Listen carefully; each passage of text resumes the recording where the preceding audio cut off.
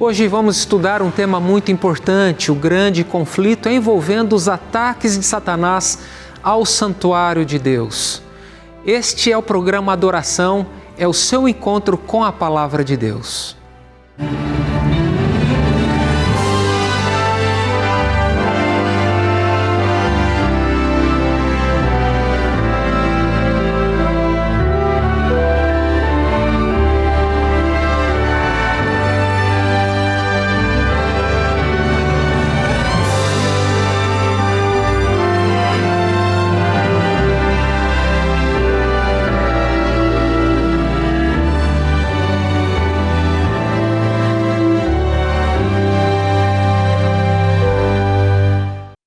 E antes de orarmos, eu quero compartilhar com você esta linda revista, A Cura do Pecado, para que você compreenda mais a respeito do tema que vamos abordar aqui no programa.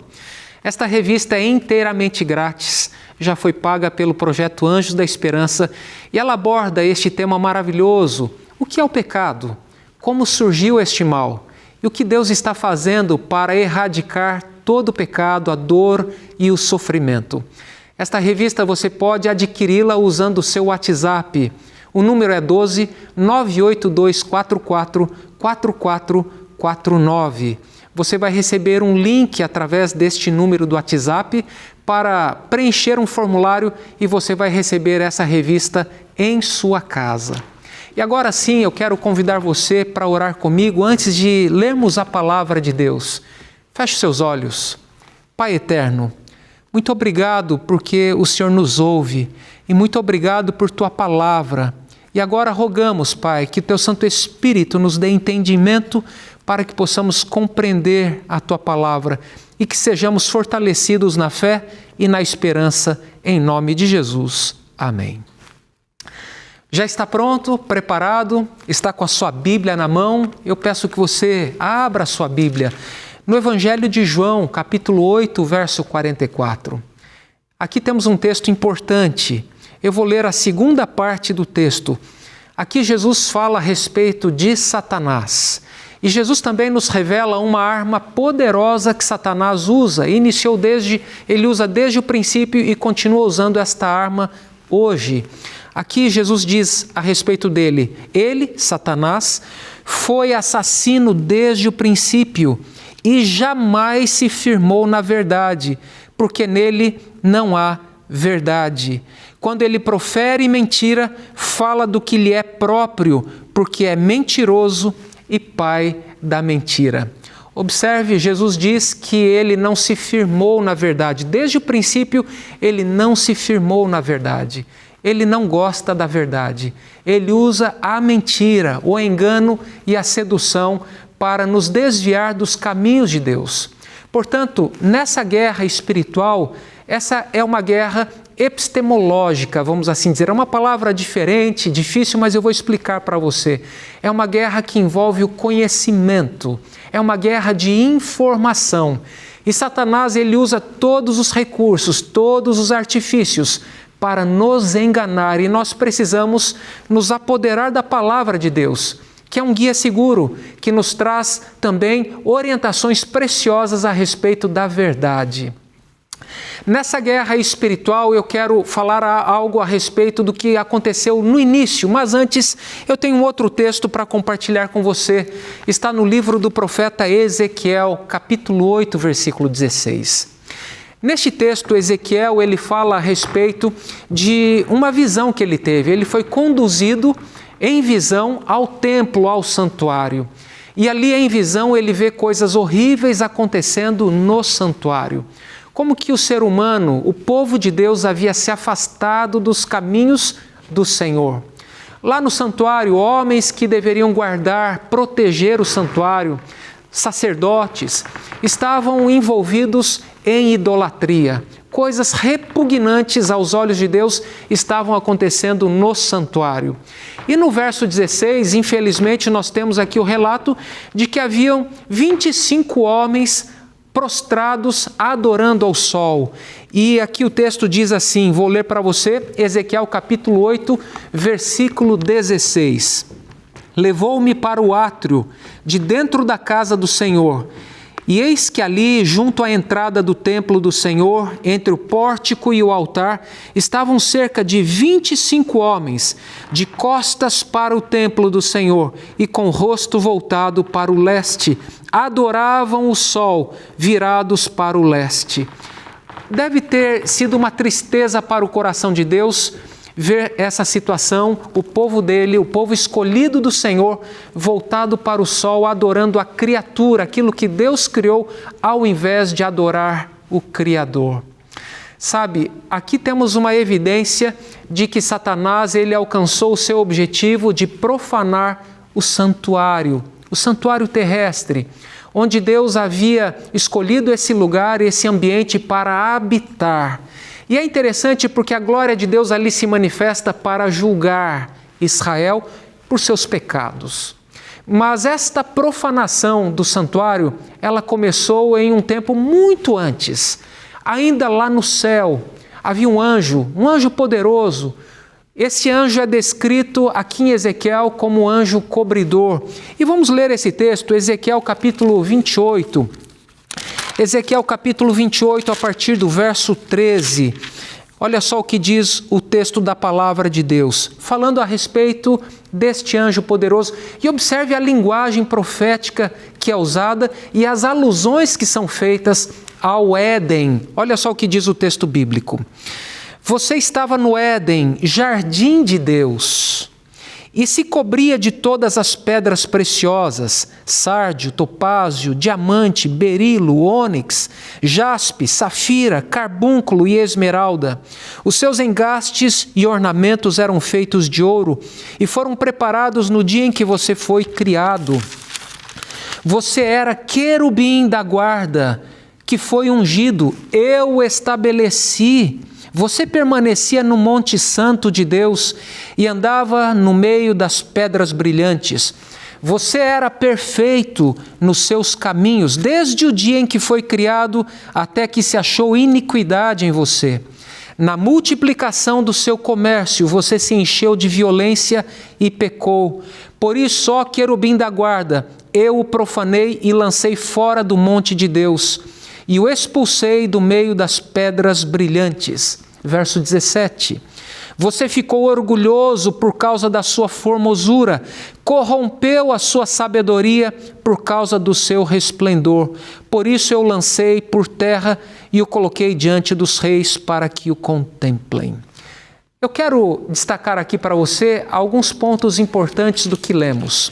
O primeiro ponto está aqui no verso 13 ainda, porque aqui no verso 13 o profeta ele usa uma linguagem profética para descrever o ambiente celestial. Satanás, como querubim da guarda ungido, ele não estava no Éden. O Éden ainda nem existia, mas ele estava no Éden de Deus, no jardim de Deus que se encontrava no céu, o santuário celestial. Esse santuário, como diz Hebreus capítulo 8, verso 2, não foi construído por mãos humanas, mas foi estabelecido pelo próprio Deus. É o santuário onde Deus habita, é o templo de Deus, é o lugar do seu trono, de onde ele comanda o universo. Portanto, aqui Ezequiel usa esta linguagem para descrever o santuário de Deus, jardim de Deus. Outro detalhe interessante que ele usa para descrever o lugar da habitação de Deus é como Monte Santo de Deus.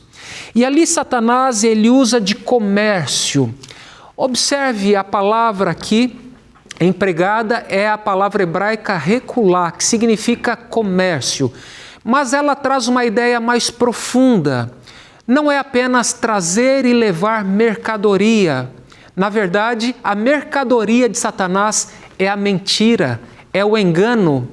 Então ele usava o seu comércio para trazer e levar mentiras, para disseminar entre os anjos criados ideias falsas a respeito do caráter de Deus, de que Deus não era justo, de que o governo dele era um governo tirano e que ele não respeitava a liberdade dos anjos e que ele poderia propor, quem sabe, um novo governo mais justo e uma esfera mais elevada de existência.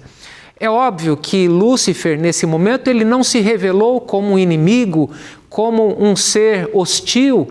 Ele tentou usar de uma artimanha de sutileza para levar anjos a se rebelarem contra Deus. É por isso que Jesus diz que ele foi homicida desde o princípio e que ele não se firmou na verdade. E quando ele profere mentira, ele fala do que lhe é próprio, porque ele é pai da mentira. Essa guerra que começou no céu foi uma guerra epistemológica, uma guerra de informação, uma guerra de conhecimento. Ele disseminou entre os anjos criados por Deus a ideia de que Deus não é justo, de que Deus não é amor. E essa é a mesma estratégia que ele usa hoje. Satanás não pôde permanecer no céu, no ambiente santo de Deus. Ele foi expulso, lançado para a terra. Deus criou a terra, Deus criou um belo jardim, conhecido como Jardim do Éden, e estabeleceu ali o ser humano para cuidar e proteger do Jardim do Éden. Então Satanás, sabendo que tinha uma única oportunidade, ele estudou o comportamento do ser humano e aproveitou essa oportunidade para tentar trazer essa mentira, para enganar o ser humano, para que duvidasse da palavra de Deus. Eu quero aproveitar a oportunidade e ler com você o texto bíblico que está em Gênesis. Abra sua Bíblia, acompanhe a leitura e eu tenho certeza de que isso vai ser importante. Aqui o texto diz em Gênesis capítulo 2, versículo 8: E o Senhor Deus plantou um jardim no Éden, na direção do Oriente, e pôs nele o homem que havia formado. Quando Deus colocou o ser humano ali no jardim, é importante a gente se lembrar que a posição do ser humano era uma posição de nobreza. Isso significa que o ser humano era representante de Deus no jardim do Éden. Ou seja, o ser humano tinha o status de um governante. Deus é o rei do universo e o ser humano, Adão e Eva, estavam ali como vice-reis, como governantes, representando Deus aqui na terra. O texto mais adiante diz aqui, no verso 15, o Senhor tomou o homem e o colocou no jardim do Éden para o cultivar e o guardar. Note, as palavras utilizadas para descrever o Éden são palavras muito semelhantes utilizadas posteriormente para descrever as atividades do santuário. Você tem muitos paralelismos. Portanto, nós podemos concluir que o Éden era uma espécie de santuário onde Deus se revelava, onde Deus se manifestava, onde Deus interagia com o ser humano. Portanto, o santuário terrestre, o Éden, era o verdadeiro e original santuário aqui na terra, um reflexo do verdadeiro tabernáculo celeste, do templo celestial. E a palavra em hebraico usada aqui para guardar o jardim era uma palavra que também foi usada para descrever o ofício do sacerdote para guardar o santuário, para proteger o santuário, para impedir que qualquer profanação acontecesse no santuário. Então, uma das funções de Adão e Eva ali no jardim era guardar, proteger o santuário de Deus. E note, a palavra aqui descrita que Deus colocou no jardim do Éden o homem, a palavra colocou é shakan, que traz a ideia de residir.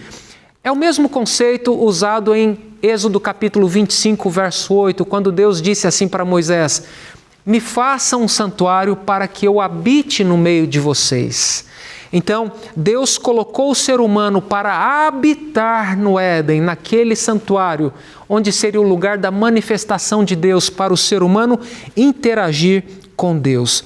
Infelizmente, o ser humano caiu em pecado. Você conhece a história. Deus havia dado uma orientação muito clara para Adão e Eva no jardim. Ele havia dito: vocês podem comer de todas as árvores do jardim, exceto da árvore do conhecimento do bem e do mal, porque no dia em que dela comerdes, certamente morrereis. Mas quando Satanás, ao usar uma serpente como médium, é a primeira experiência mediúnica na Bíblia, e a Bíblia não aprova esse tipo de atitude, esse tipo de artifício, mas Satanás usa uma serpente e ele então estava em um lugar central do jardim, que era o lugar mais santo do jardim. Estava ali na árvore do conhecimento do bem e do mal. Eva havia se afastado de seu esposo E ao se aproximar do jardim, viu ali uma serpente linda e, a propósito, a serpente era o animal mais belo do jardim. E atraída pela beleza da serpente, ela percebeu que a serpente estava enrolada naquela árvore e ela estava falando e ela estava deliciando aquele fruto. E então começa um diálogo com a mulher. E então a serpente faz uma pergunta para Eva. É verdade que você não pode comer de nenhum dos frutos que Deus colocou aqui no jardim? E Eva responde, perceba a sutileza. Satanás, usando a serpente, e ele não se revela como Satanás, como inimigo, ele usa o animal mais belo do jardim para enganar, e ele inverte a situação. Deus havia dito para Eva que ela poderia comer de toda a árvore frutífera, exceto da árvore do conhecimento do bem e do mal. Mas ele inverte a pergunta e diz, é verdade que você não pode comer de nenhuma árvore? Então Eva responde dizendo, não, nós podemos comer de todas as árvores, exceto da árvore do conhecimento do bem e do mal, porque Deus disse, no dia em que comermos dela, nós morreríamos. Então Satanás, ele profere uma mentira categórica e diz assim, é certo que não morrereis. A primeira grande mentira de Satanás é em relação ao estado do homem na morte. A Bíblia diz que Deus morre. Satanás diz que não morre. Nós sabemos que o salário do pecado é a morte. E Satanás estava tentando incutir na mente de Eva uma mentira. E Satanás promete a Eva algo que ela já tinha. Então Satanás ainda diz o seguinte, é que Deus sabe que no dia que você comer desse fruto, os seus olhos vão se abrir. Eu imagino Eva olhando para aquela serpente e os olhos dela arregalados e a serpente continuou dizendo, os seus olhos vão se abrir e você vai se tornar como Deus, conhecedora do bem e do mal. Veja bem, Adão e Eva já haviam sido criados semelhantes a Deus, a imagem e semelhança de Deus. E Satanás já oferece agora para ela algo que ela já possuía, essa imagem e semelhança com Deus. Mas Eva não conhecia o mal e Deus queria proteger Adão e Eva deste conhecimento. Mas Eva, seduzida pelos enganos, ela teve dúvida da palavra de Deus. Note novamente, a arma utilizada por Satanás é a difamação do caráter de Deus. Deus está sonegando algo de você. Deus não quer que você tenha uma existência mais elevada. Deus está impedindo que você desfrute desse fruto, porque Ele sabe que se você desfrutar desse fruto, você vai viver numa atmosfera mais elevada de existência. Então Satanás, ela teve dúvidas a respeito do caráter de Deus. Ela teve dúvidas a respeito da palavra de Deus. E então ela tomou do fruto, comeu e entregou do fruto para o seu esposo Adão comer. Uma tragédia. Então, de acordo com o relato bíblico, depois que Adão e Eva comeram do fruto que não deveriam comer, eles tiveram vergonha, perceberam que estavam nus e então cozeram folhas de figueira para tentar cobrir a nudez. E é interessante que o ser humano, ele sempre vai tentar justificar os seus erros, os seus pecados, e vai tentar de alguma maneira esconder o pecado. Ali Adão e Eva estavam tentando encontrar alguma maneira de cobrir o pecado, mas isso não é possível. Deus precisava cobri-los, mas eles agora estavam separados de Deus. A propósito, eles fugiram da presença de Deus. E o texto está aqui em Gênesis capítulo 3, verso 8. O texto bíblico diz, ao ouvirem a voz do Senhor Deus, que andava no jardim, quando soprava o vento suave da tarde, o homem e a sua mulher se esconderam da presença do Senhor Deus entre as árvores do jardim. O texto bíblico diz que Deus andava pelo jardim. Outras traduções vão dizer que Deus passeava pelo jardim. Mas quando nós estudamos o idioma hebraico, o texto que Gênesis foi escrito, nós encontramos a palavra ritalek, que é traduzida aqui por andar ou passear. Essa palavra, ela traz uma ideia mais profunda também. Deus não estava meramente passeando pelo jardim esporadicamente, não foi um passeio casual. A palavra Ritalek traz uma ideia de residência. É algo que tem uma repetição e traz a ideia de permanência. Deus havia escolhido o Jardim do Éden para habitar como lugar de sua revelação, como lugar para ele se revelar ao ser humano, interagir com o ser humano. Então Deus, na viração do dia, ele estava ali passeando no jardim. Isso denota que Deus deseja habitar com seu povo. Isso denota que Deus deseja interagir com o ser humano. E mesmo depois do ser humano ter pecado, Deus insiste, ele procura o ser humano, ele passeia pelo jardim, ele anda pelo jardim procurando o ser humano que havia se escondido de Deus. Não é possível se esconder de Deus. Não é possível fugir da presença de Deus. É interessante que Adão e Eva mudam seu comportamento. Eles fogem com medo e com vergonha, mas Deus não muda o seu comportamento. Ele continua andando no jardim, porque o jardim era o lugar da habitação dele. Aqui temos uma preciosa lição sobre a graça de Deus. Não importa se você pecar, você precisa se lembrar que o seu corpo é templo do Espírito Santo e Deus deseja habitar em você. Portanto, mesmo que você peque, Deus vai continuar batendo a porta. Como diz lá em Apocalipse 3, verso 20, eis que estou à porta e bato. Se alguém ouvir a minha voz e abrir a porta, eu entrarei e cearei com ele e ele comigo. O desejo de Deus é habitar na sua vida, habitar no seu coração.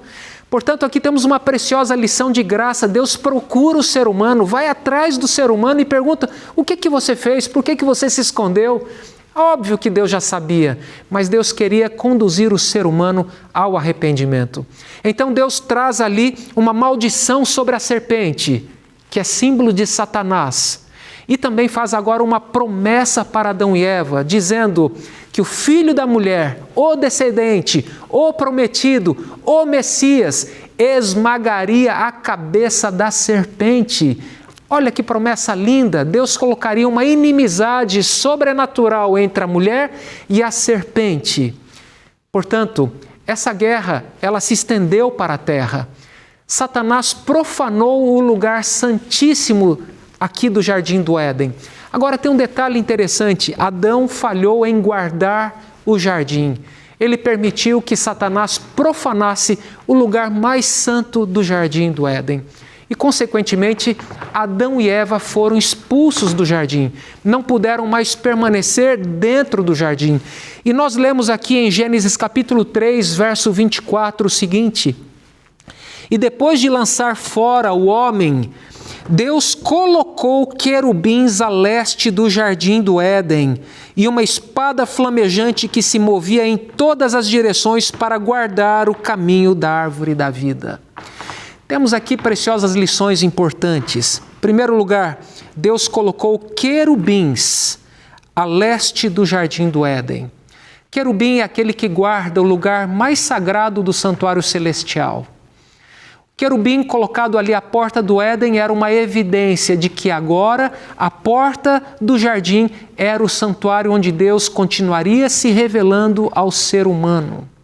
Olha que preciosa lição. Quando o ser humano viesse apresentar ali um cordeiro que simboliza Cristo, o Cordeiro de Deus que tira o pecado do mundo, o ser humano estaria ali diante da presença de Deus, da glória de Deus, da Shekinah. E é outro detalhe importante. Quando a Bíblia diz assim que Deus colocou querubins, o verbo colocar vem do verbo shakan, que significa habitar, que é um verbo designado para o templo, para o santuário. E também é uma palavra raiz para a palavra Shekinah, onde a glória de Deus se manifestava. Outro detalhe interessante, esse querubim foi colocado para guardar o caminho da árvore da vida, para que nada impuro entrasse, para que o jardim não fosse profanado novamente. É interessante que Adão e Eva falharam em guardar o jardim. Mas hoje, Satanás continua tentando profanar o santuário. Lembra do texto que nós lemos? Nós lemos aquele episódio em Ezequiel capítulo 8, verso 16, onde cerca de 25 homens ali no santuário estavam de costas para o templo e agora estavam voltados para o leste, para o nascimento do sol, adorando o sol. Que repugnante a idolatria, que blasfêmia. Deus deve ter se entristecido muito com aquela atitude. Satanás profanando o santuário de Deus, usando a mentira, usando o engano. Mas eu quero ir mais profundamente e ser mais específico. Eu mencionei que o nosso corpo é santuário, é templo do Espírito Santo. E aqui em 1 Coríntios capítulo 6, verso 3, eu quero ler esse texto com você. Se você puder, abra a Bíblia, 1 Coríntios, primeira carta de Paulo à igreja de Corinto, capítulo 6, versículo 3. Capítulo 3, versículo 16, nós encontramos o seguinte. Abra sua Bíblia, primeira carta de Paulo à igreja de Corinto, no capítulo 3, verso 16. Aqui Paulo diz: vocês não sabem que são santuário de Deus e que o Espírito de Deus habita em vocês? Se alguém destruir o santuário de Deus, Deus o destruirá, porque o santuário de Deus, que são vocês, é sagrado. Sabe, assim como Adão e Eva deveriam guardar o jardim do Éden, o santuário de Deus, Deus também espera que você guarde este santuário, que é o seu corpo.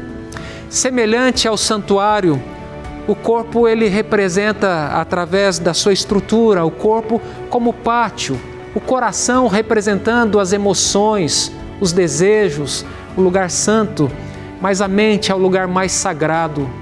E Deus deseja preservar a nossa mente. Ao mesmo tempo, Satanás, ele vai fazer de tudo para profanar a nossa mente. E nós precisamos usar filtros. Cuidado com aquilo que você ouve, cuidado com aquilo que você vê, cuidado com aquilo que você acalenta no seu coração, porque a nossa mente é sagrada. O Espírito Santo deseja se comunicar comigo e com você. E ele usa a nossa mente, os nervos cerebrais, para falar conosco, e nós devemos proteger a nossa mente. Diante de uma vida tão corrida, onde há tantas informações desorganizadas, onde há tanto lixo espalhado pelas redes, nós precisamos nos voltar para o Senhor, usar a nossa mente, a nossa razão, o nosso intelecto para servir ao Senhor. Eu quero, neste momento, convidar você para orar, para você se reconsagrar a Deus, para você usar o seu corpo para glorificar a Deus, para você usar a sua mente para glorificar a Deus. E se o seu desejo é se reconsagrar a Deus, feche os seus olhos e vamos orar. Pai eterno, nós sabemos que diante deste grande conflito, Satanás está irado, tentando de tudo quanto é maneira nos desviar dos teus caminhos. Ele está tentando de tudo quanto é maneira profanar a nossa mente. Mas nós te pedimos, Pai, que o Senhor nos fortaleça, que o Senhor nos ajude a prestarmos a Ti um culto racional, que nós, Pai, tenhamos a nossa mente renovada pelo poder da Tua palavra. Nós nos reconsagramos a Ti, em nome de Jesus. Amém.